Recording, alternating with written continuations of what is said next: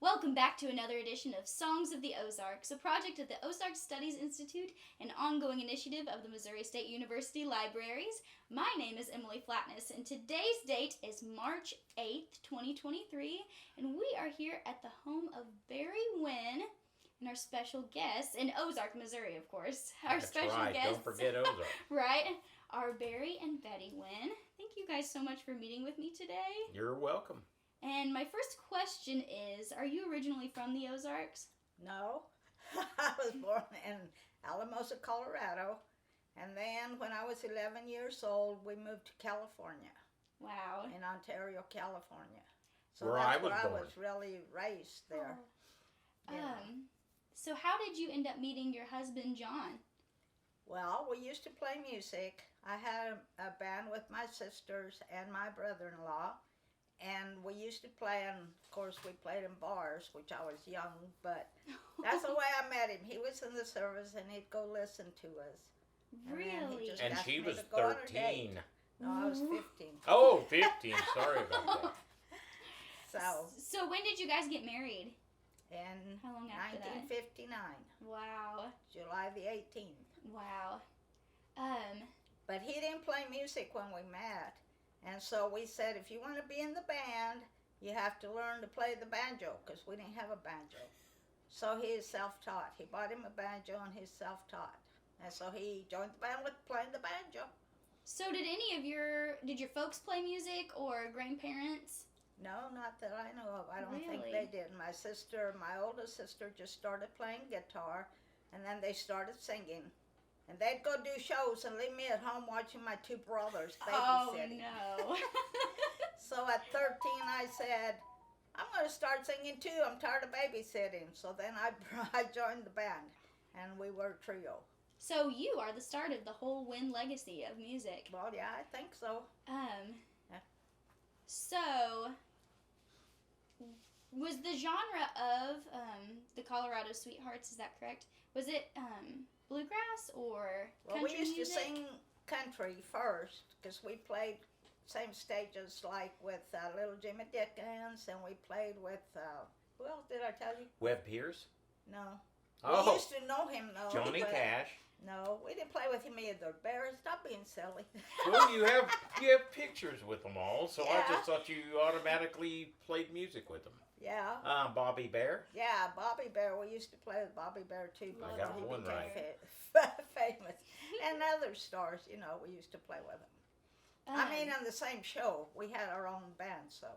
What was the music scene like in California? Was there very much bluegrass and country music, or was... That was mostly country music, and it was, well, we also played with Bob Wells, because he used to do the dances, in California, so we met him, and he'd call us up to sing, too. So, we met him, too. That shows how old I am, right? Yeah, people are going to be baffled. So, how did you get into bluegrass, which is kind of the genre your family now plays mostly, Yeah, correct? we all play bluegrass now, because the Whites used to live in California too. The Roland White and Clarence White and all them. Well, my brother-in-law knew them, so we got together with them, and they played bluegrass, so that's Yeah. why we played country and bluegrass. Wow. So then we just became, started playing bluegrass. Wow. So how did your family make their way to the Ozarks? Well, my daughter, his sister, my oldest daughter was going to high school, and there were always gang fights. Over Riots. there. Goodness. Yeah, he knew we had to pick her up a lot of times, because there were a lot of riots in the high school she went to. And then it was really smoggy in California. So John said, okay, let's get out of here. So first he wanted to move to Oklahoma, but his little town was just a little thing. And I said, I don't want to move to Salina, Oklahoma.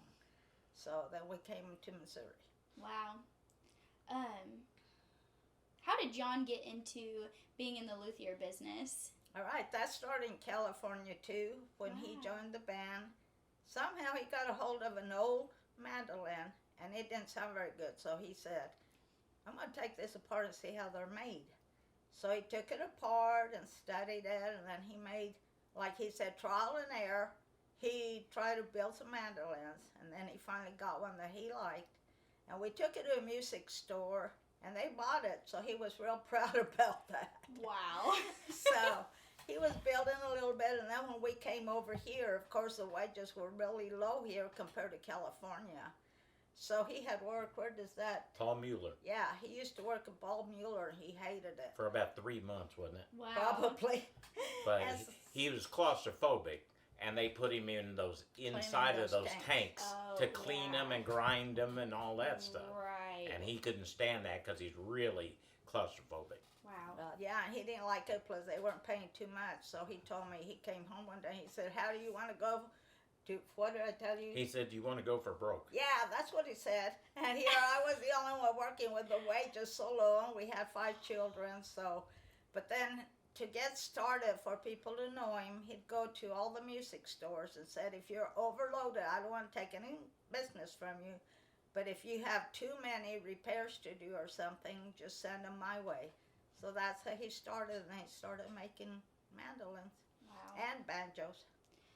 So he is very well known as a luthier, and his legacy is very well known. Yeah. What kind of musicians played Wynn mandolins that some folks may recognize? Well, Jim and Jesse. I mean, Jesse from Jim and Jesse, Larry Sledge, and we have a lot of other Larry ones. Sled from the Horse Creek Band. Yeah, and then the guy that played mandolin for Tom T. Hall, he bought one too. Yeah, Brent Really? Raper. Yeah. Tom T. Hall showed up at my dad's shop. Grandpa Jones and Ramona Jones used to come to the shop. It goes on and on and on and on about how many people used to come to his shop. Dean Webb from the Dillards used to hang Yeah. out there maybe every 2 weeks. He would show up. Him and my dad were really good friends. And several others. But I think between Larry Sledge and Jesse McReynolds, they sold more mandolins for my Yeah. dad. So that's how it really took off. He gave Larry Sledge a mandolin, and I, as a young child, I was about 15, and I said, "Dad, why are you giving a mandolin away to somebody?" I said, he goes, "Son, one of these days when you get older, you'll find out why my method, how it worked." And sure enough, we found out because Larry Sledge he played at Silver Dollar City, so everybody would say, "Wow, what kind of mandolin is that?" And he would send them right up the road to my dad. So. And he's just such a fantastic musician. Mhm. He plays mandolin like nobody else. Yeah. Oh, He's yeah. got such a Nice, unique yeah. style. He's very, Yeah, very good. he was one of my heroes. So where was his shop located? Same place that it still is off of Evans Road. That's where my mom still resides out there, and my dad's shop is behind the house, and it's been there for 40. Well, we moved in 75 from California, Yeah, and so we had probably built, about 1980? yeah, somewhere So right he's in been there. there since then. Wow. So there was a lot of foot traffic, I bet. Yeah, there was. Right around the lot. house. Yeah, A lot. a lot, yeah. So what makes Wynn mandolins so special, would you say? Because my dad was one of a handful of luthiers in the day. Back then, there were probably about 7 maybe well-known luthiers, and my dad made up there in the top 7. And, and before he passed away in 2010, they inducted him into the Bluegrass Hall of Fame. So that's a legacy I have to try and live up to. My mom was connected there, so she's already in.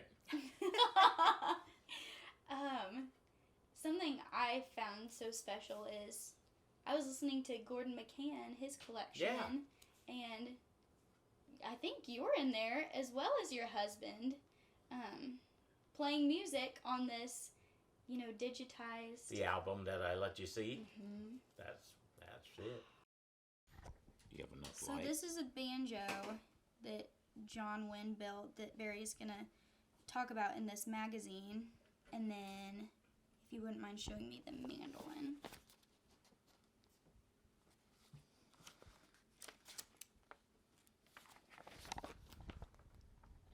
And here is the mandolin that he's going to talk about that Jesse McReynolds played. And then here is, if you wouldn't mind showing me the front, here is Jim and Jesse McReynolds in a magazine from 1978. Here's Jesse McReynolds holding a Wynn mandolin. And you can see it says Wynn. And then... And what's really cool is, like I said, see, Jesse liked it was a third point, which these are all 3 points, see? Really? Gibson made a 3 point, is where my dad loved the look of it. But they only did the oval hole. Don't ask me, Gibson never made a 3 point with F holes. Really? So my dad took that idea and said, I'm going to build one with 3 holes. And then this first Marty Stewart album, and he had his friends on it, and Jesse McReynolds was one of his good friends. There's a picture of Jesse holding that same mandolin, and he played that one on this album. But what do you think makes the Ozarks different about other regions? There's more music around here, I think, Really? of all genres, though. That's what's really cool. There's folk, there's bluegrass, there's country, there's classic country, there's modern country, there's jazz. We have a little bit of everything here, and I love that. And a lot of acoustic instruments, which my dad and I totally love. Yeah, definitely. Was it a lot different than California? Well, you know, I was younger back then, but yeah, we would go to bluegrass festivals in California where we saw, you know, like Marty Stewart with Lester Flatt for the first time. Marty was, I think, 13 or 14 at that time when we used to see him, and I was majorly impressed with his mandolin playing. I said, my gosh. And, you know, I didn't even start playing mandolin till I was 15. So Really? yeah, but Marty was a big influence because I saw him. Well, if he could do it, well, maybe I could do it. So did you start playing mandolin before you played any other instruments? Well, or did you play anything before that? I started off on banjo when I was probably about 8 or 9.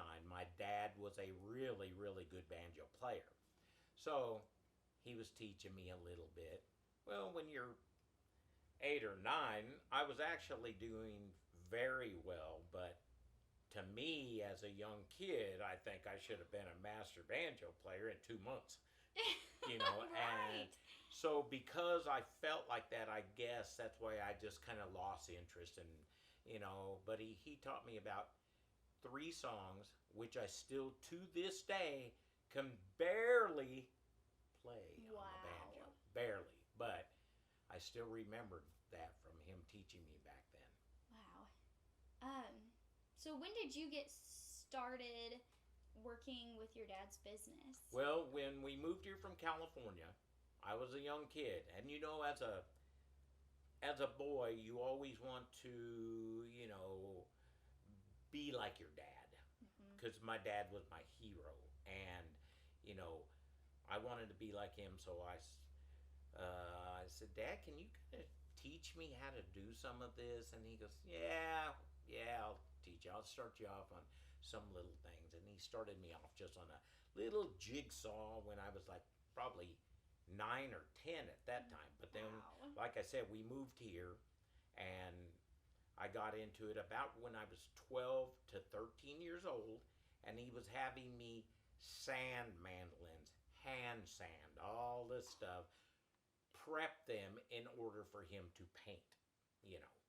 So that's how I got into it. And then as I got a little bit older, by the time I was 15 years old, my dad's business was doing pretty good, and he had been into it at least 2.5 to 3 years already. And he took me under his wing to try. I said, Dad, now I want to learn how to build a mandolin. So he taught me how to build more of this style mandolin, which is called the A model. Gibson made this called the A model, or teardrop shape, pear shaped mandolin, because these with a scroll on them were too advanced for me to build. So he taught me how to build this, And I actually made this one when I was 15 years old. I made 6 of these.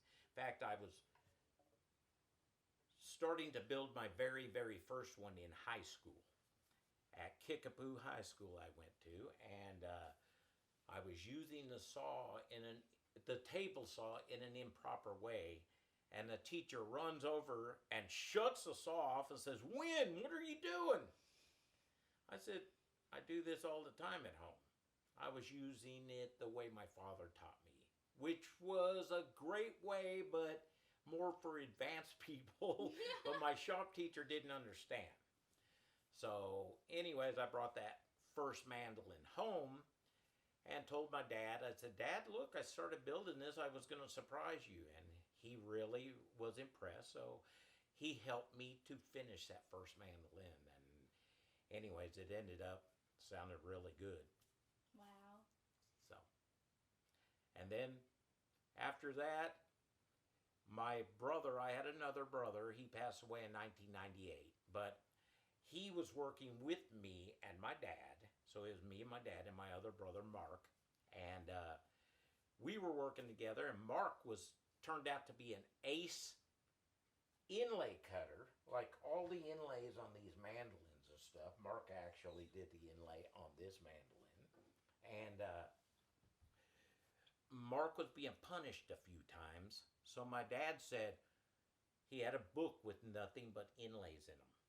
A book that had probably 100 pages with 100 inlays, fingerboards, peg heads, you name it.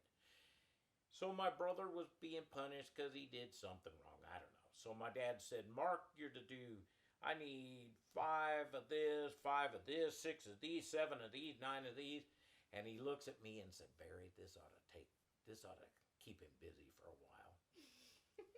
Well, 2 days later, my brother Mark has them all done. And I was like, I bet they don't look that good. They were perfect. Mark was as good as my dad with the inlays. And I don't have the patience for it, which I never was. My dad tried to teach me how to do inlay, but I broke so many blades. He said, "Son, here, let me put you on carving out the tops and the backs for mandolins instead." So that's how that went. Wow. Would you mind telling me a little bit about these mandolins you have behind you? Oh, I would love to tell you about these mandolins. First of all, this mandolin was made in 1977. My dad made, I think it was 4 of these mandolins at the time. We went to Eminence at a bluegrass festival in Eminence, Missouri. Jim and Jesse were performing there. The Osborne brothers were performing there, and several other big name bluegrass stars were there. Well, my dad brought 4 mandolins with him because he just wanted to get the professional mandolin players' opinions on them. So he took 4. This was one of the 4. And he went over to Jesse McReynolds of Jim and Jesse and the Virginia Boys. He went up to Jesse and asked Jesse, "Jesse, would you mind playing these mandolins and telling me what you like about them or if you don't like something about them?" Jesse said, "Sure." So Jesse played on all 4 mandolins. And then this mandolin, out of the 4, Jesse disappeared for like an hour. And I'm joking to my dad saying, "Hey, Dad, guess what? Jesse just stole your mandolin." Joking around, of course. And my dad goes, "Yeah, I think you're right." Joking around again. Anyways, Jesse came back probably after an hour. I think it was an hour and 15 minutes. Jesse shows back up with this mandolin and said, "John, is this mandolin for sale?" My dad said, "Yeah." He goes, "It's for sale." And Jesse goes, "Well, what do you want for it?" My dad said, "Since it's you, $600. And Jesse said, "All right, I want it, and I'll be right back with my checkbook." And my dad said, "Hang on just a minute. Before you buy it, I want you to do one other favor for me." And Jesse says, "Okay, John, what's that?"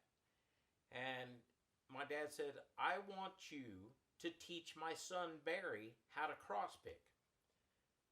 and I'll sell it to you for $600. Jesse said, oh, I'll do that. Let's go.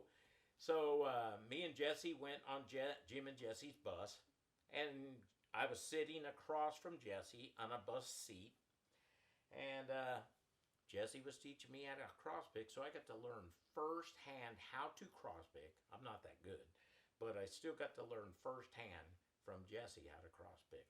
And you know, Jesse McReynolds was made his crosspicking style famous. So, anyways, he bought this mandolin, owned it for 42 years. He played it on the Grand Ole Opry many, many, many times. He played it on the very, very first Marty Stewart album, which I just happen to have. Right here. It's Marty's very first album.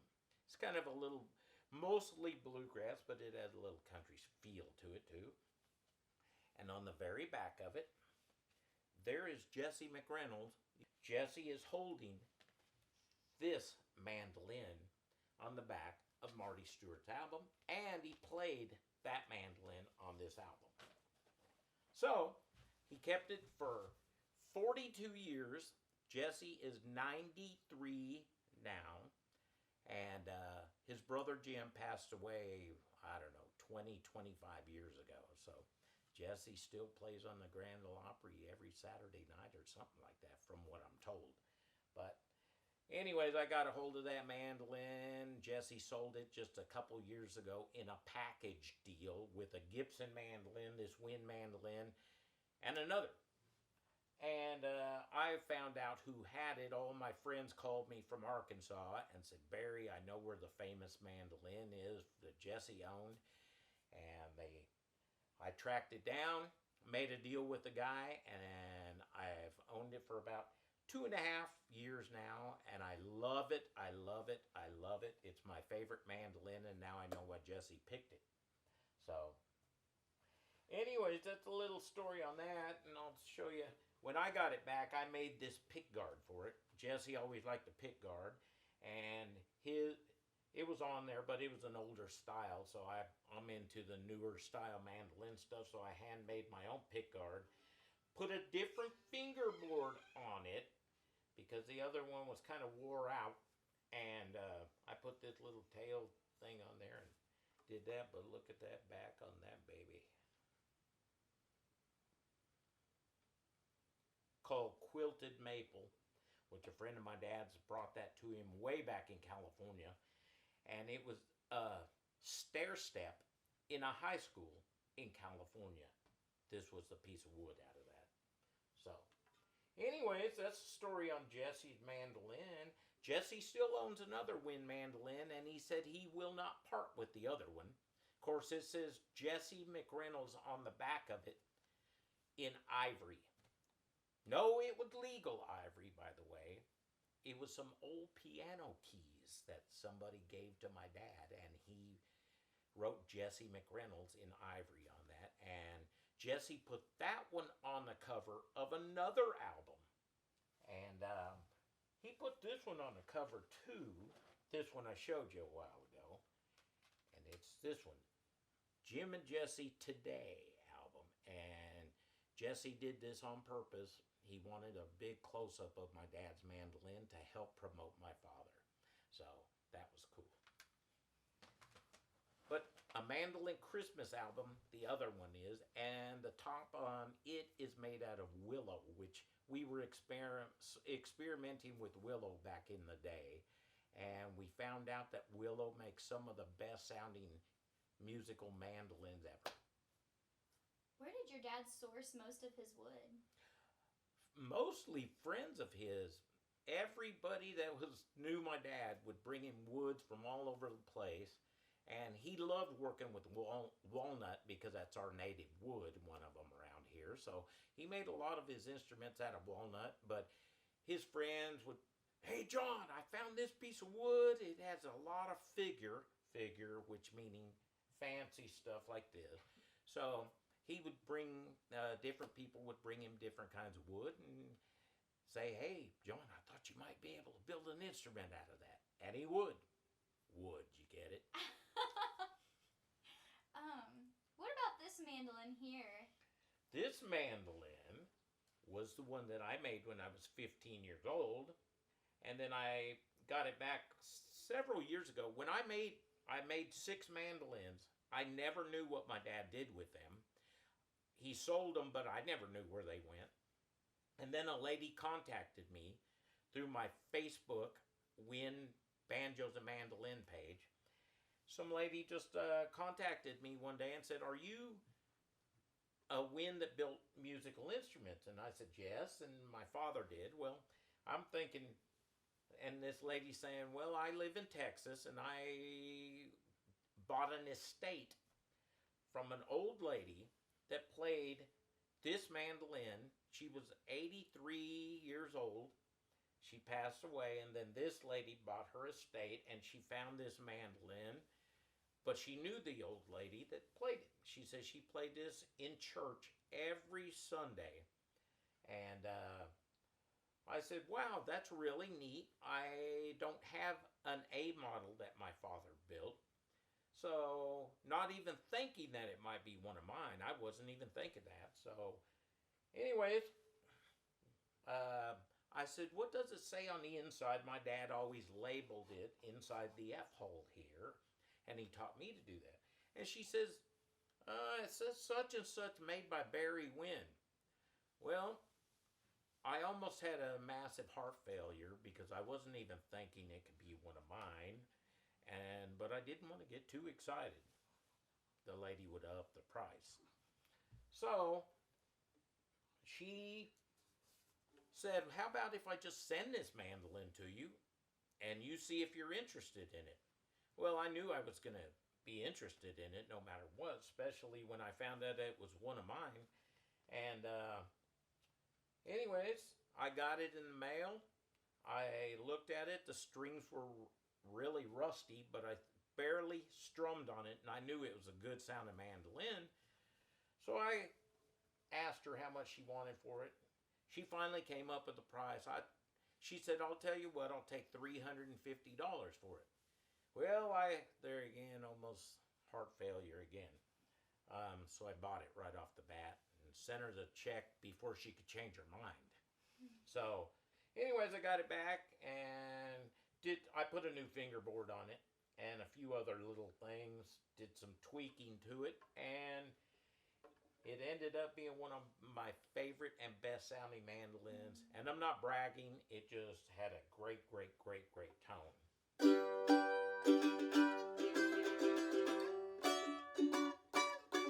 It's got that real deep tone, as does. See, they almost sound like twins, don't they? Yeah. My dad was always experimenting. He did X bracing, one of the very first mandolin luthiers to ever experiment in a mandolin with X bracing. And in fact, I think he may have been the first. Back in the day, there were only a handful of luthiers, about 7 of them, to be honest with you. And these two had the Lloyd Loar bracing in them because he studied Lloyd Loar Gibson mandolins. In fact, there was a guy that owned a Gibson Lloyd Loar. You know what they sell for nowadays? For about $165,000, $175,000 for one of their mandolins. Well, a guy used to drop one off at my dad's shop if he was going out of town, and he would want my father to babysit it for him because he didn't want that thing left at home alone. So while my dad had it, my dad was literally dissecting it, taking every picture, every photo, feeling for the braces on the inside with mirrors and everything. And that's why he copied the Lloyd Loar bracing in these 2 particular mandolins. This particular mandolin has the X bracing in it, has a different tone, but still a good tone too.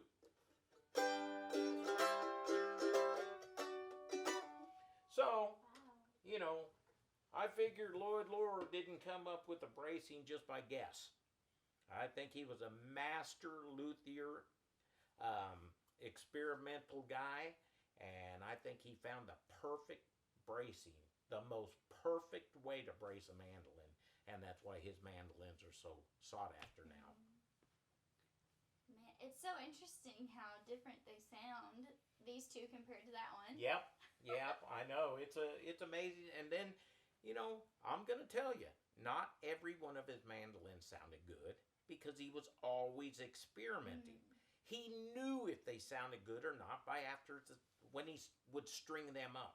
Usually he and I could tell how good they were going to sound with no finish on them, and the body was put together. He and I would use our thumb and we could thump the top of them. And we could tell you, one day my dad had, I think it was 11 mandolins all laid out across the shop. And he asked me, he said, son, I want you to go and pick which 3 out of all these 11, which 3 you would pick. So after I thumped all of them, all 11 of them, I picked these 3. He said, son, that's the neatest thing in the world. He said, those are the same 3 I picked. And this was before they were strung up or anything. No finish on them. Now he said, now I want you to go thump on those again and you tell me which one's the best out of the 3. So I picked the one I thought sounded the best, and he said, son, that's exactly the one I picked too. So he and I had the same ear. Well, he trained me to have that ear on what we were looking for a sound in a mandolin. Like I said, most of them turned out great. Some were duds. Just like, not every Gibson is the best sounding mandolin. There's a lot of duds in the Gibson world too. Because all woods are different. You never know the texture. And, everything's going to sound different. The bracing's going to be different or the same, or thicker bracing, thinner bracing. There's all kinds of things to it. And after all these years, I think I've pretty much got the mastering down now. But I've been doing this for 42 years too. So now I'm building them. And I used to be the guy that carved all the tops and all the backs for all my dad's mandolins back in the 80s through the 90s. And I had him a stack of probably 30 or 40 mandolin backs, 30 or 40 mandolin tops, and I would have them all carved out to where he just had to slap them together. So that was my biggest part of in the shop. Then I learned how to buff. He was teaching me how to buff them out, and I burned holes in a few. Said, Dad, I'm so sorry. He goes, I thought he was going to really be mad, and he just looked at me and smiled, said, son, I've done it too. Here's what you have to do. So he was real patient with me. Thank the Lord. So you started playing mandolin when you were 15. When did you start playing with bands? I started playing in my very first band was like with my mom and dad's band. I was the little kid in the background behind them, and then my mom would say, just keep up. If you can't keep up, just try. Keep trying. They didn't put a microphone on me anyway, so I was just like background, and I could hear if I was doing okay or if I wasn't. Then I got good enough to where I was a band, basically the world famous band in Springfield. They did like newgrass style, new country, new bluegrass, and they were called Homegrown. And they were all older than me by quite a bit, and I was a little kid, and their mandolin player had just left them, and I mean, he was a killer mandolin player, killer guitar player, everything. And he had left them, and they came to me and asked me if I would join that band, and I was like, almost laughing, like, why in the world would you guys pick me after you just had this guy that was a great mandolin player? But nonetheless, they picked me, and it was kind of fun. And, back in the day, you could play in bars, and I was 16 and 17-year-old playing in the bar downtown at basically Lindbergh's, and there was another place like Lindbergh's, some people might remember, called the Buffalo Bar, and it was just like Lindbergh's, but it had they really specialized in bluegrass and stuff. It was really cool. So when did you start playing with Fly By Night? That was the band that me and my brother kind of created. Years later, we went through a bunch of different bands, and then my brother John and I, he's 5 years younger than I am, and he started playing the fiddle about the same time I started playing the mandolin. But we kind of started together, and then once he got good enough, we kind of put together our own band, and we called it Fly By Night. First, we were called the Bluegrass Survivors. Then we went to Custom Grass. That's what we played under at Silver Dollar City, was our full-time job for 2 years, and we were called Custom Grass. And then that evolved into, we went to a bluegrass festival, a real big bluegrass festival in the day around Joplin, Missouri, or Neosho. Yeah, Joplin, Neosho. And there was a music store called Fly By Night Music. And this guy, Dave Crocker, and it's still there to this day, Fly By Night Music. Except they spell their night, N-I-T-E, and we spell ours N-I-G-H-T. And we asked him one time, because he was at this bluegrass festival with all these beautiful vintage guitars. And we said, Dave, would you mind have any objections if we took your name and called our band Fly By Night? We really like that name. He goes, oh my gosh, I would be honored. So we took the name and went Fly By Night. We were together about 27, 30 years. We were the, Big Smith came later, but we were the Big Smith in Springfield back in the day, and before they came around. And then, we're still kind of together here and there, we had two twin brothers, which were fantastic musicians, and they're kind of doing the rock and roll thing right now going on, and we still get together every now and then for stuff like that. But when I do Fly By Night, I just put together, at least me and my brother are still the two original founding members, so then we get other musicians, whoever wants to play. So something that's so special about your family is music has been passed on, like your dad, and then you have a daughter who plays music, and then you have nieces who play music. Yeah. Casey Freeland, which was Casey Grimes when we knew her that way, and Hannah Grimes, and Faith Grimes. So we knew the three sisters. At first, they were all three playing a little bit here and there. And then I have a daughter, weirdest name in the world, Amanda Lynn. Isn't that weird? Okay, just checking. Her name's Amanda, and her middle name's Lynn. So Amanda Lynn, and at first she was a Wynn Amanda Lynn. There you go. Anyways, Amanda's kind of retired now because she has kids of her own, and she has 3 kids, two grandsons for us and a granddaughter, and they're kind of into music a little tiny bit. But my niece Casey is Casey and the Attaboys now. She went on. She was with Fly By Night too for, I don't know, probably 12, 15 years, somewhere in there. Now she's gone on and has her own band called Casey and the Attaboys. And then she's played with Dale and Bradley. She plays professionally with her quite a bit. So Hannah Grimes is still playing here and there too. And, good luck to all of them. And now Casey's kids, she's got some, so they're my great nephews, nieces. They're all 3 trying to play right now and doing very well, especially Wynn. He's taking lessons from Kristen Benson, I believe. Really? Yeah, he's taking online courses from her, Casey's oldest son, and he's doing very well. So I hope he keeps it up. We need to keep this family music going. Mm-hmm. What about your family band, South Wind? And South Wind, my dad and mom started this band many years ago. The weird thing was, my dad always got nervous when he had to play professionally. He would just say, well, I don't want to play. I don't want to play stuff like that. Then later on, I don't know what happened, but everybody started enjoying.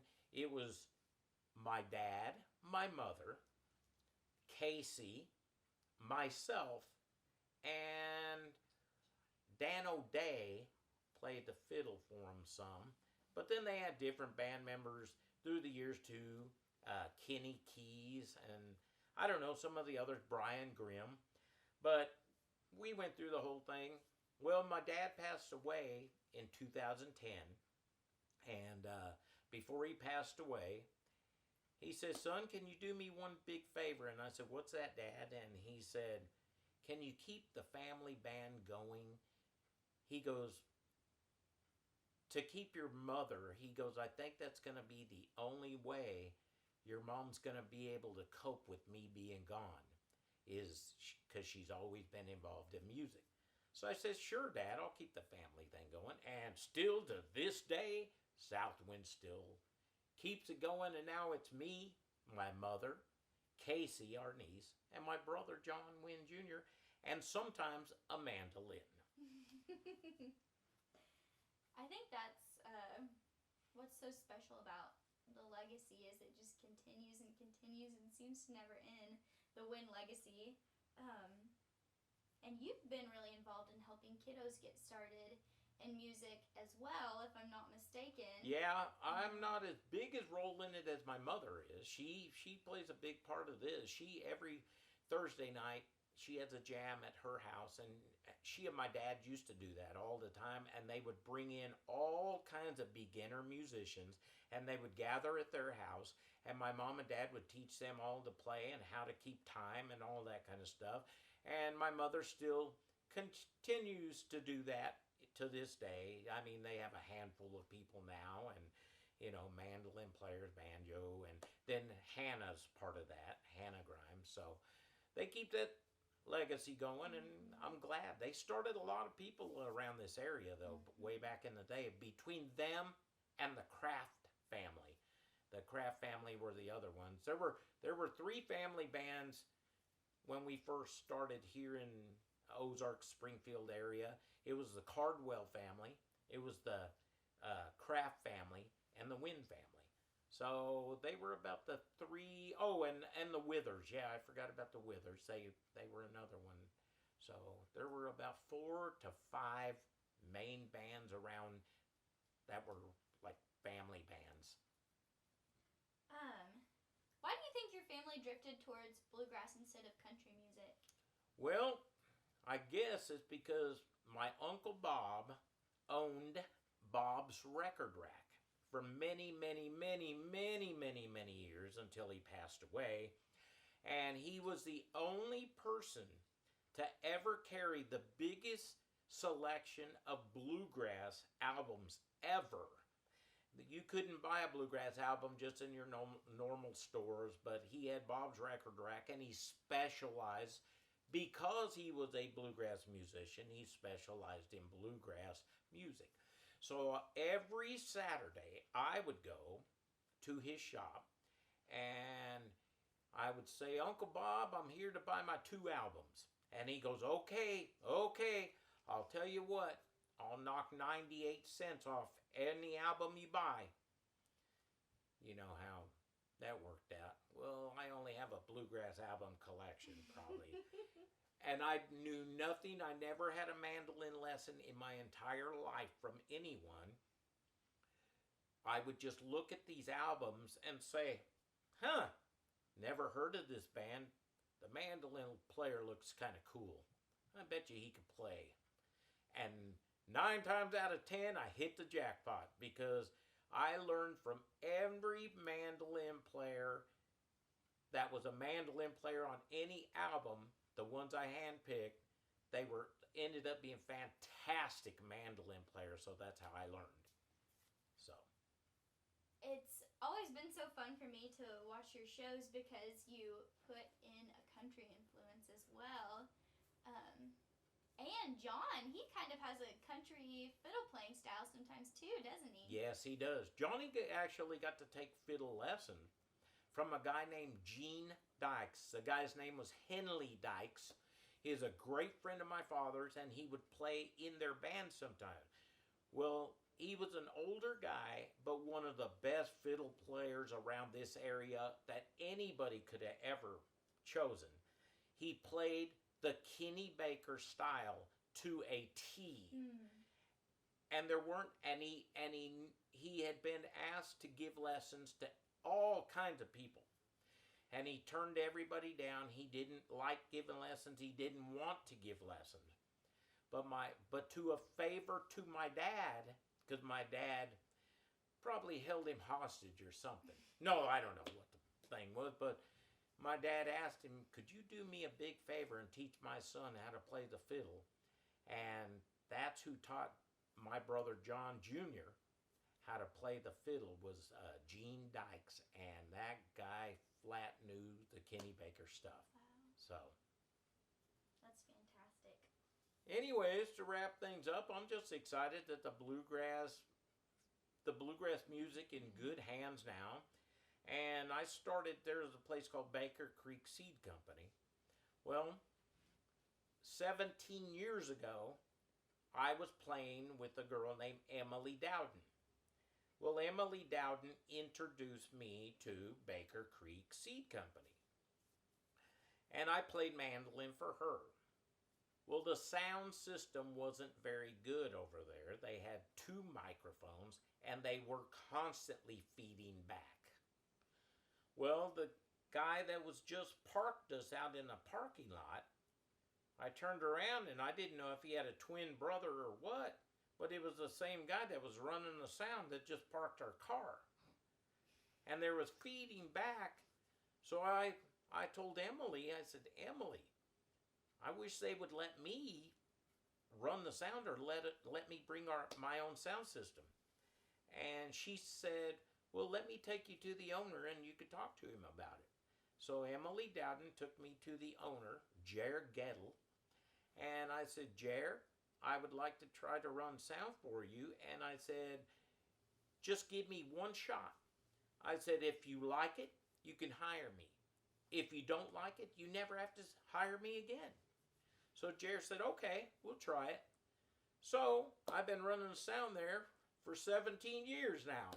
And the lady that I was always the behind the scenes guy that would help the person, the entertainment director, book the bands.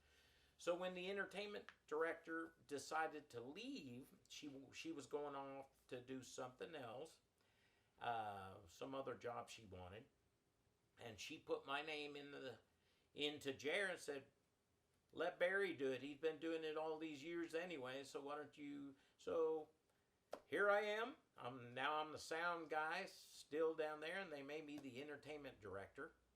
And I've been there for 4 years, and they made me the entertainment director even of our California trips as well. So Wow. that's wrapped up in a nutshell. I know that's one way that you've really helped a lot of young bands. Yeah, getting them in there at Baker's. That's one thing I try to do. I really try to help a lot of people that don't get a lot of really cool airtime or get to play in front of a professional sound system. So, anyways. Fantastic. Well, and I'm all about teaching and letting the new people come in and the new young bands and new young people come in, you know. So, like you, Emalee. Thank you, Berry. Oh, you're welcome. You do a great, great job. You're a fantastic musician. Oh, thank you. You're welcome.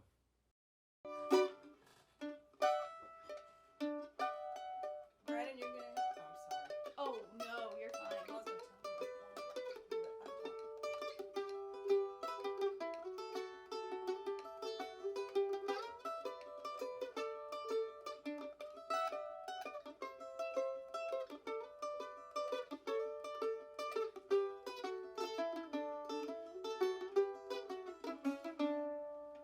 A little bit of cross picking That's great. that Jesse taught me. So he does the down, up, up, like.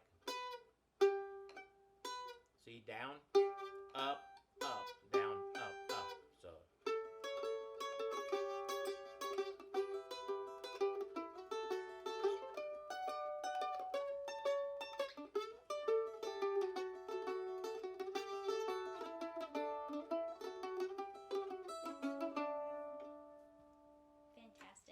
So thank you.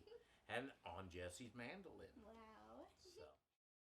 Well, this has been another edition of Songs of the Ozarks. Thank you so much, Berry, and your mother for meeting with me today. Yep, you're welcome.